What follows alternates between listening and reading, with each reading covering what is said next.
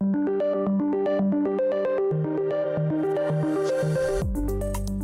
is the Brave New Coin Crypto Conversation, hosted by Andy Pickering.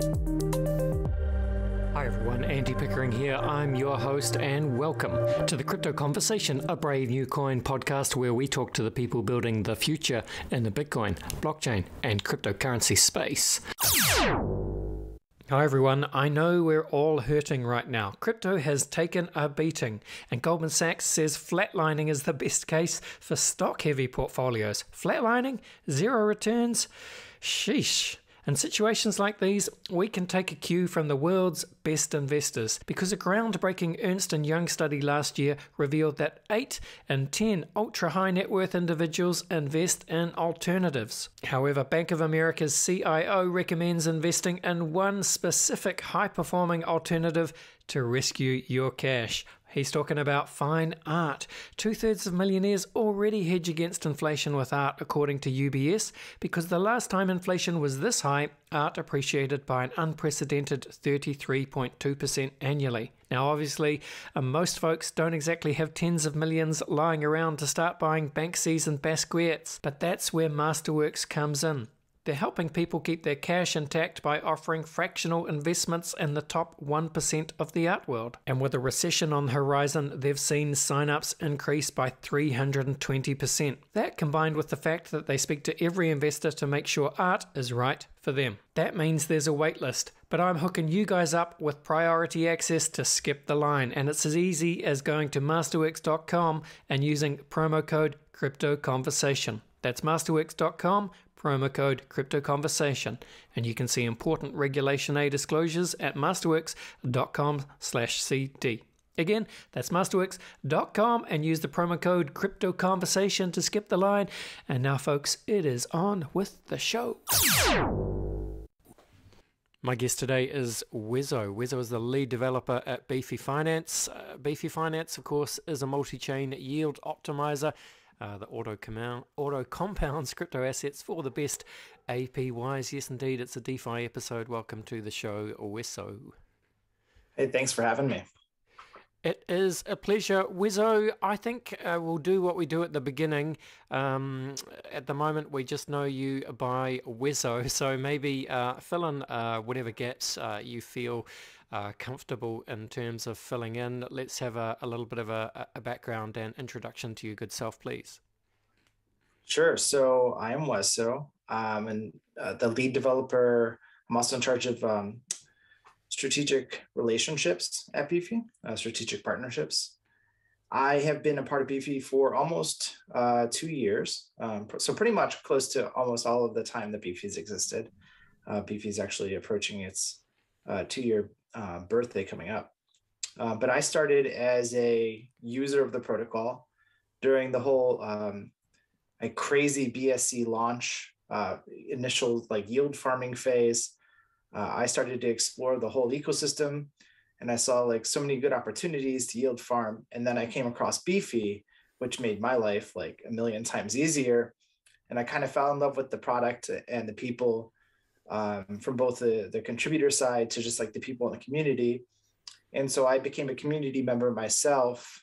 And one of the things I learned about Beefy and just about the whole space in general was Beefy's commitment to open source coding and decentralization. And so because of that, essentially, if you had any sort of developer skills or any skill set whatsoever, you could actually just go and participate in the building of Beefy.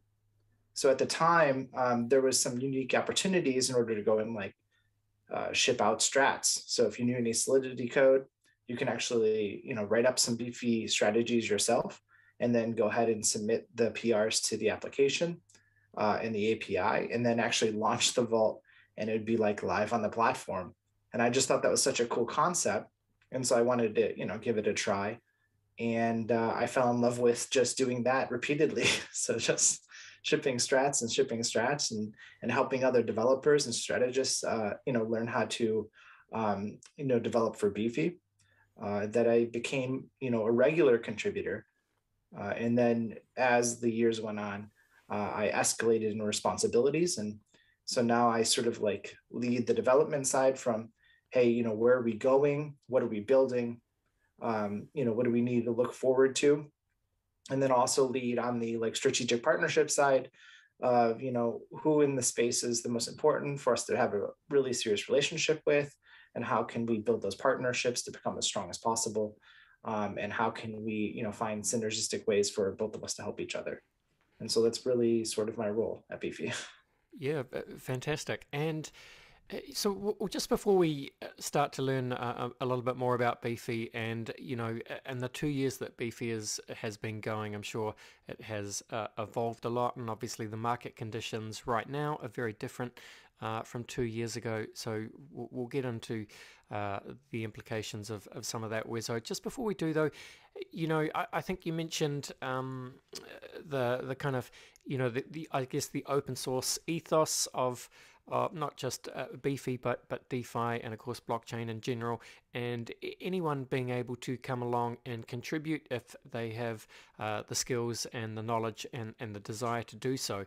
But a lot of people, a lot of developers, you know, tend to stay anonymous. But you're decided to maybe dox yourself a little bit, Weso. So I'd love you to just kind of talk about that. But also, is the team itself structured as a DAO? Because that's quite interesting as well, right? Yeah, so I guess those are two separate questions. Sure. So first, yeah, actually a lot of our team members at Beefy are anonymous still. Or I guess we call them team or contributors, right? Regular contributors to Beefy.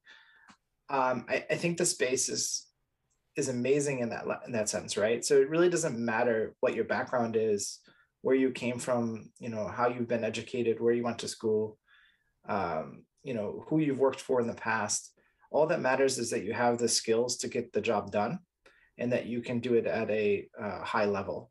So what we've seen is that, you know, people come in and they're very passionate about Beefy, and they make open source contributions. And it doesn't matter if we know who they are or they don't know who they are. If they're making impactful contributions and we want to see that happen regularly, then they become more of a reoccurring contributor. And so that's how Beefy's always existed. And we've had, I think, over the course of the 2 years, we're talking about specifically like strategists, so people who like launch vaults. I think we've had upwards of like 40 to 50 different independent strategists come in and ship a vault at some level. You know, and they actually come and go, and they're incentivized to do so. Actually, the strategists make 0.5% of the vault revenue. So if they ship a vault, then it's sort of like this perpetual income flow. So like a commission. So obviously that's enticing, especially in a bull market when yields are crazy and TVL is kind of crazy.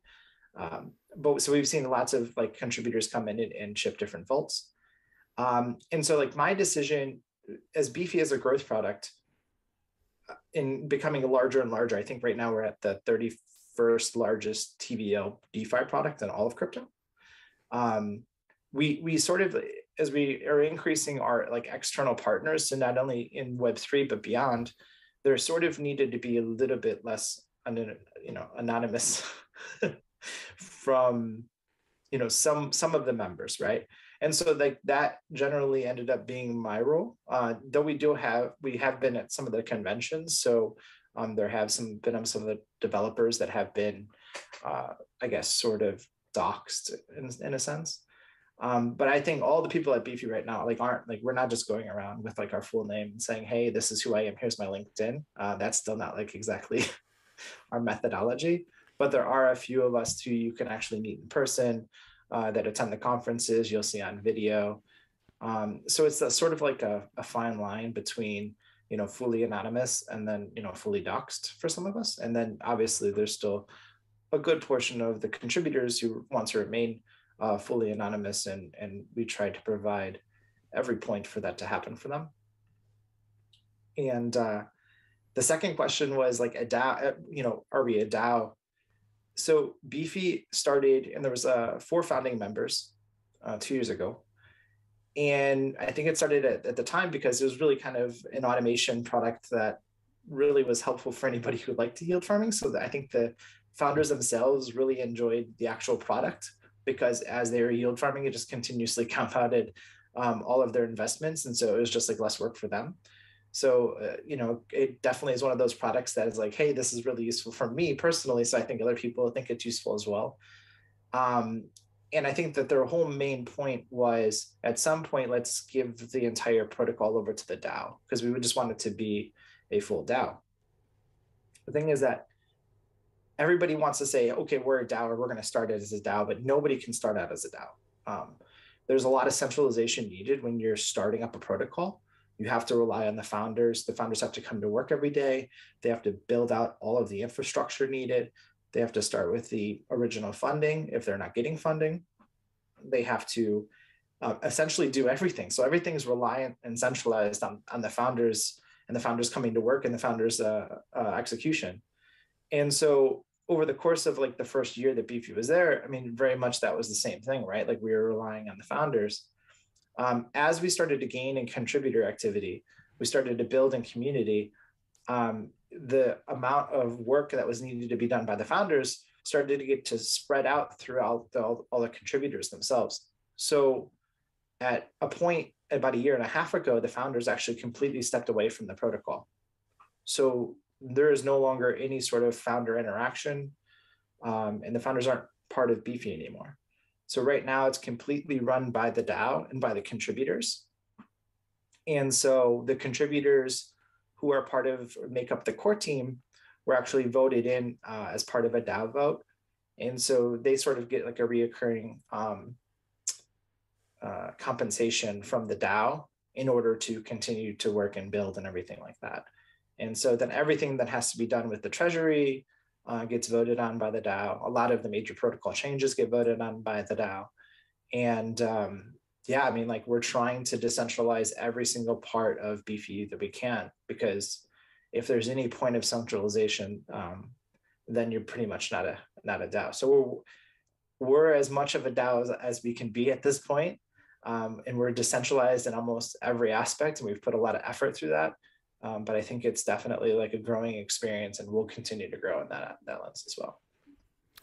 Yeah, fantastic. Very well said, Weso. So I said we'd start to learn a little bit more about what Beefy is and how it works. And look, if any DeFi power users that are listening will no doubt be familiar with the Beefy platform. But for people that aren't, Weso, can you describe what Beefy Finance is? Of course, in one sentence, it's a multi-chain yield optimizer. So how does that work, and who, if any, is I suppose the target end user? Yeah, so if you're familiar with yield farming, so we'll start with that basis, right? Yeah. We'll say yield farming is the base knowledge, but essentially what yield farming is if you have, like, let's say you're a decentralized exchange, and in order for trading to flow in between two parties, so let's say you have ETH and USDC, and you're a user and you want to come, trade your ETH for USDC, there needs to be some sort of liquidity to trade between. So there needs to be somebody saying, okay, here's my ETH and USDC. Now anybody can freely trade USDC and ETH against it for one or the other. So this was popularized obviously by like Uniswap and SushiSwap, right? Yep. And PancakeSwap. But in order to get people to provide that liquidity to trade in between, because there's a risk associated with providing the liquidity, they would give you this reward. And so it's a little bit of trading fees, but in a lot of cases, they're over incentivizing or giving you even more incentive by giving you a portion of like their governance token or their printed emissions. And so if we were to take an example, so let's say that you had ETH USDC, right? And you want to provide that as liquidity, you might get like sushi token in return. And so the problem with this is, one, you're earning simple interest because that sushi token is just kind of like sitting on the side and it's, continually increasing.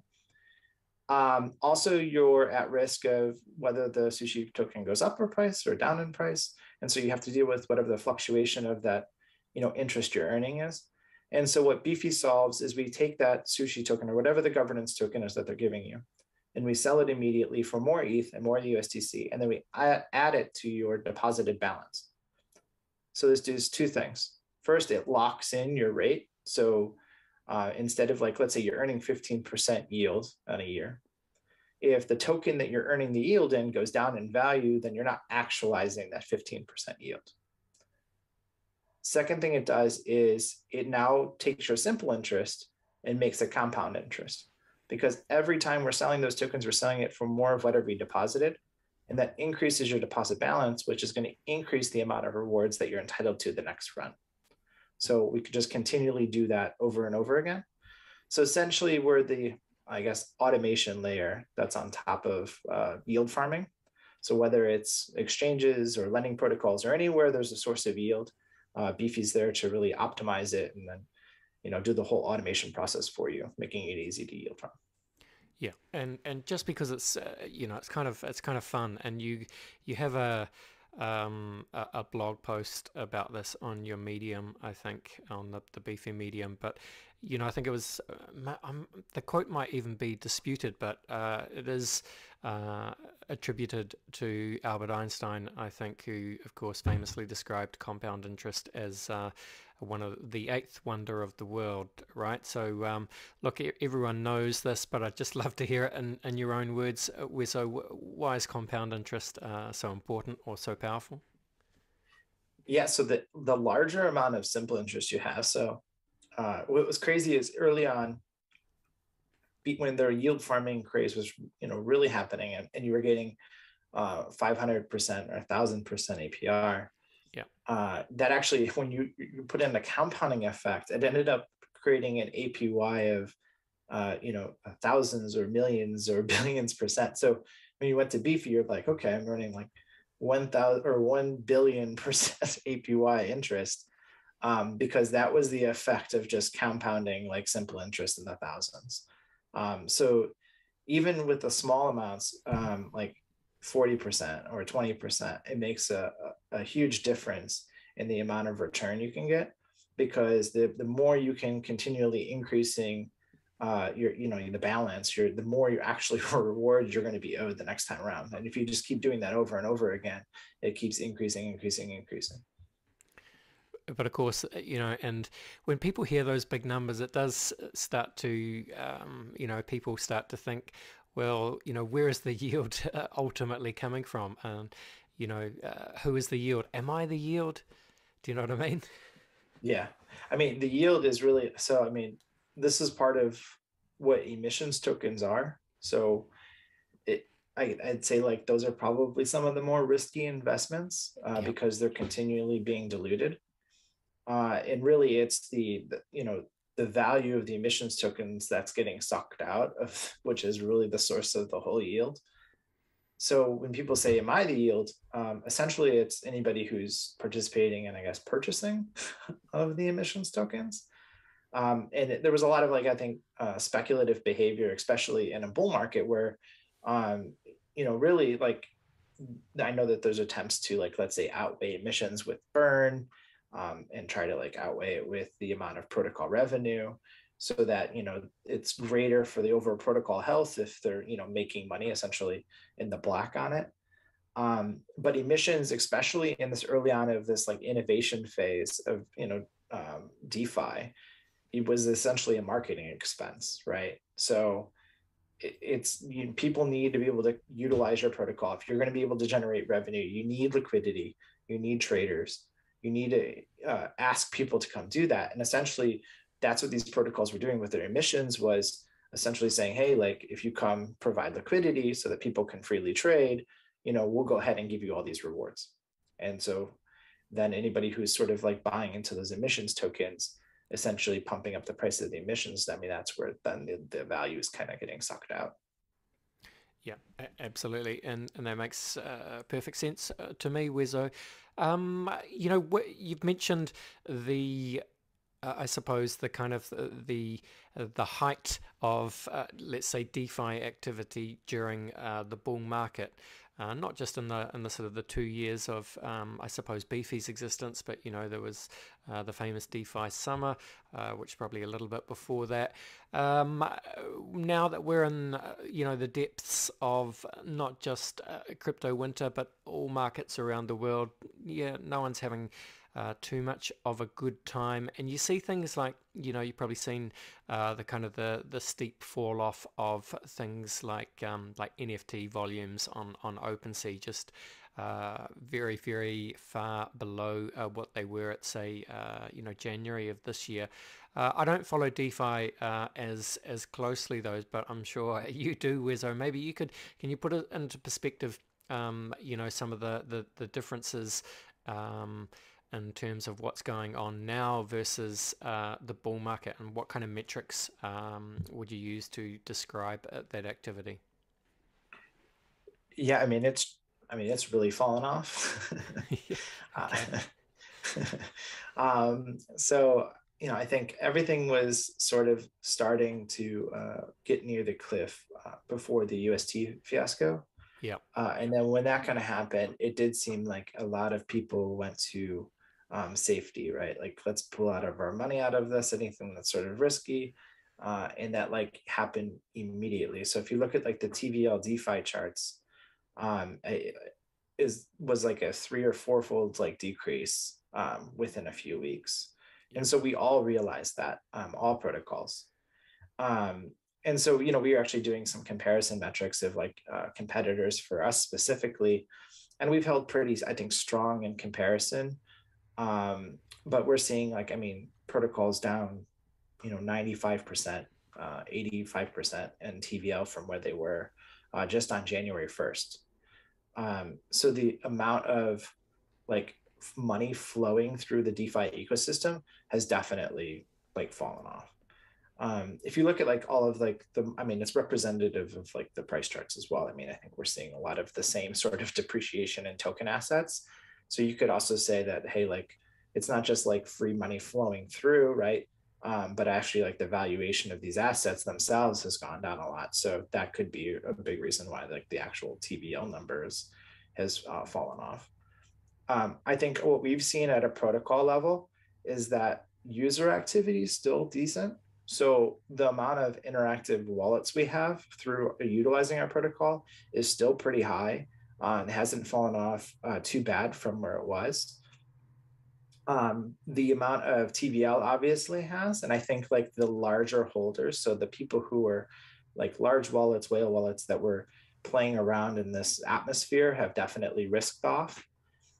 So it'll be interesting to see, I think, what exactly is the next boom that decides to have everybody sort of come back and enter this, playground again, or this like, innovation zone. I think that, we're definitely it seems like leveled off. Not to say that, we're near the bottom. Who knows where the bottom's going to actually be, but at least in sort of like, massive decline, we're now in that really boring time of the market where it just seems like everything kind of crabs right along and is like the same as yesterday, and price doesn't really move. And I'd say like even activity within our social channels seems really down. So it does feel like everybody's not only, left because the enticing yields aren't here anymore. The price appreciation that they were seeing, before isn't going on.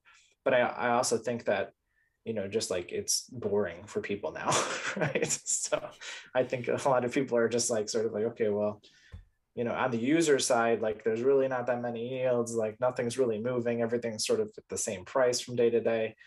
So they're just, it's sort of like boring. So I think on the builder side, everybody's sort of now building because it's so boring on the price side. Everybody's sort of now heads down. What's the next product? What for the next cycle? How are we going to prepare ourselves? How are we going to make the next step?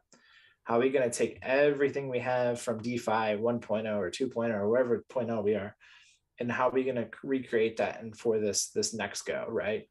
And so I think that's where we're at right now. Yeah, I very much agree. And of course, I noticed the same thing in terms of, just the Brave New Coin, the website visits. Website visits are way down. Podcast listeners and downloads are way down from the bull market heights. And of course, that is reflected across the industry. Funny how all metrics really just depend on on price at the end of the day. I have noticed though, there's a lot of some of the messaging around the pools on Beefy. They're talking about different ways to beat inflation, centering that around some of the USD-based stable coins. So I thought that's kind of interesting. That's one way of utilizing some slightly more realistic bear market messaging. What are some other strategies that I suppose some of your users and strategy builders or vault deployers, what are you seeing at the moment? So right now, we've gotten a lot of requests from partners who are, like we were just talking about, like building in this market, right? Yep. And I'd say one of the newer, well, it's the concept isn't that new, but I'd say that the trend is becoming new is really like a lot of these exchanges moving off of the traditional AMM structure to these concentrated liquidity protocols, similar to UniV3. And because of that, like there's a lot of need for optimization around this. It's not as easy for users to interact with. So before you was just say like you have 50-50 of the asset and you go and then deploy that and add liquidity into the AMM and you're good to go. Like you can just kind of sit and wait and everything, is done for you. With concentrated liquidity, you pick a range of price that you want to submit your liquidity to. Then it could fall out of range. And essentially then it gives you completely one side of the asset, and then you're no longer earning trading fees. So there's a real need for active management of this. So now I think that we've seen, okay, well, there's a lot of obviously developer interest in building out these concentrated liquidity protocols. I think there's really going to be like a demand for optimizers because users are going to want people to just make it like an easy button for them, right? Because though the idea of concentrated liquidity is much more capital efficient, right? So as a protocol or anybody who has like a token, right, and you want to go deploy that capital, deploying it in the traditional AMM is, you're sort of like wasting, and it's really expensive, and you have to have a lot of, upfront capital in order to maintain a thick book. And I think with this, with concentrated liquidity, you don't have to have as much capital. You can, concentrate all of that capital you would use in a traditional AMM in a much smaller range, making the book much thicker. And I think that, as for like, protocols, it's definitely very interesting. I just think for users, now it's just Web3 adding another complicated layer to things that are already super complicated. So it's, I think, now a good opportunity for a lot of us to make that a lot easier. So taking innovation, but still, I think, trying to make it accessible to a lot of people who might not have the knowledge or the need or the time to manage their own positions. Right, and so is that one way of describing, because the next thing I was going to ask you, Weso, of course, is, you said it yourself, what is the next wave of DeFi look like, whether it's, where are we at, 2.0, 3.0, 4.0, or Web 3 plus DeFi. What are some, you have talked about it a bit, but what are some of the potential innovation triggers you think, and it's just those hard problems of just making the UX, etc., a little bit more accessible to ever wider audiences, right? Yeah. So, I mean, the future is multi-chain. I think that like we're going to see more activity across more blockchains themselves.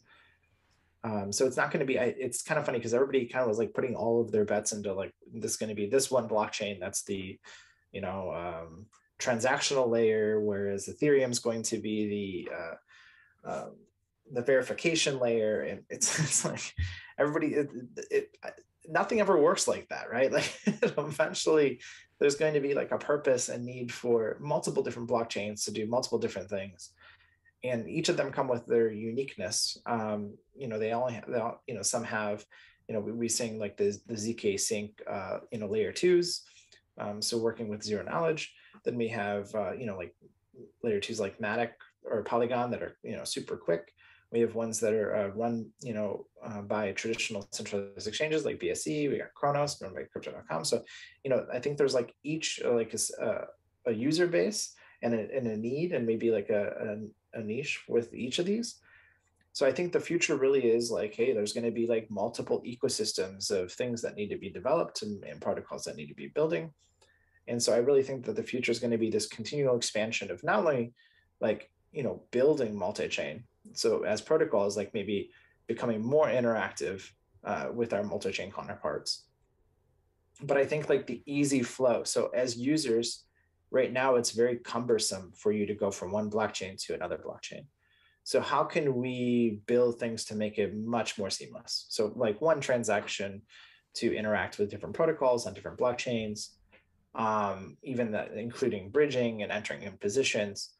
I think that flow there is going to be able to be changed. So we should be able to, I think, make things really sort of easy so that you can pretty much move your funds and deploy or, like interact with, or, so let's say Beefy, for example, on Avalanche, if you wanted to, you have funds and you wanted to deploy them to BSC, it should be like a one-click transaction to be able to get to the Beefy vault. So like, how can, we make that experience happen, and how can we make that flow really easy? On like the next level of like DeFi, I think that we'll start to see, right now we have asset trading. So we have like exchanges, and now we're working on becoming to make that, more capital efficient. I think that the next level would be trading like options or like something, more derivative based. So like, being able to have a better capability for trading more traditional financial products. I think that that'll open up a whole like wave of opportunity and users that want to trade those items that just don't have an opportunity or a way to do that now. And so really that could be I think the next thing that's going to like ignite the next wave. Yeah. Thank you for sharing your thoughts, Weso. All right. Well, I reckon we go to a very quick break, and then we'll come back. We'll have some fun. We'll finish off. We'll run you through the very famous crypto conversation hot take round. We'll be back in 1 second. Here's what's being said about Masterworks. My name is Jacob N. I'm from Long Island, and I've invested over $73,000 with Masterworks. My portfolio performance just wasn't cutting it. I researched all these alternative investments, like crypto and NFTs, but they didn't make sense to me. Then I read about Masterworks in Forbes, and I signed up right away. And now you can too. Thanks, Masterworks. Get VIP access at masterworks.io and use promo code JACOB. See important disclosures at masterworks.io/DC. And we are back in with Weso, lead developer at Beefy Finance, the multi-chain yield optimizer. Weso, I'd like to finish each podcast with a quick round of rapid-fire crypto conversation hot takes. What do you reckon? Are you up for it? Yeah, let's do it. What else can you say, right?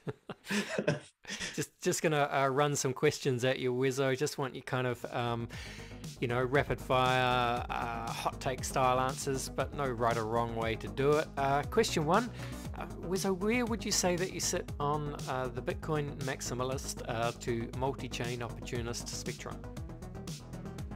I think that my viewpoint is we're all trying to succeed, and we're all trying to accomplish decentralization of everything.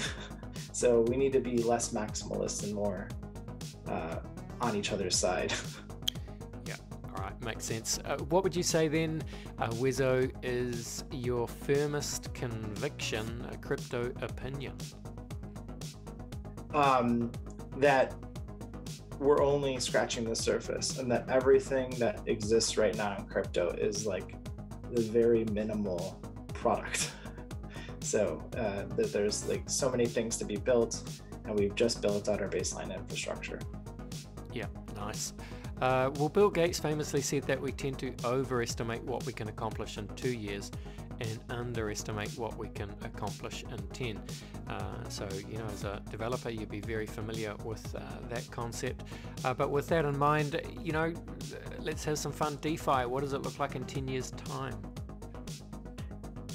I think it'll be like the norm to utilize DeFi products for, real life investments.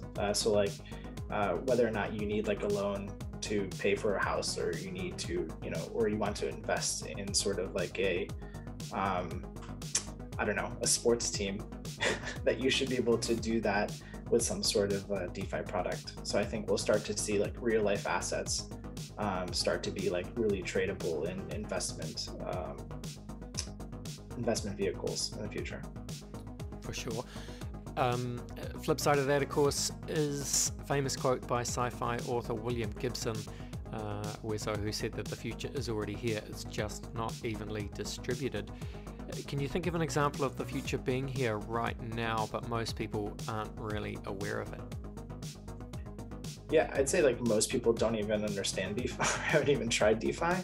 Yeah. So I think that like the freedom to trade at any amount you want, the amount of times you want on an exchange, to be able to do complex things with lending protocols, the ability to be able to eventually trade crypto options. I think that all of that will be something that will be huge in this space, and that only a very small percentage of us are actually even trying it out right now. Absolutely. All right, well, time to zoom out. We're almost finished. Time to get weird just for a second. What do you see as the long-term future for the human race? Do you see dystopia or utopia? Well, I'm a positive person, so let's say utopia. Okay. Even though when you're working in tech, it always looks dystopian. Yeah, all right. And then I guess the final question, Weso, is what is your favorite science fiction book, film, or TV show? I liked The Matrix.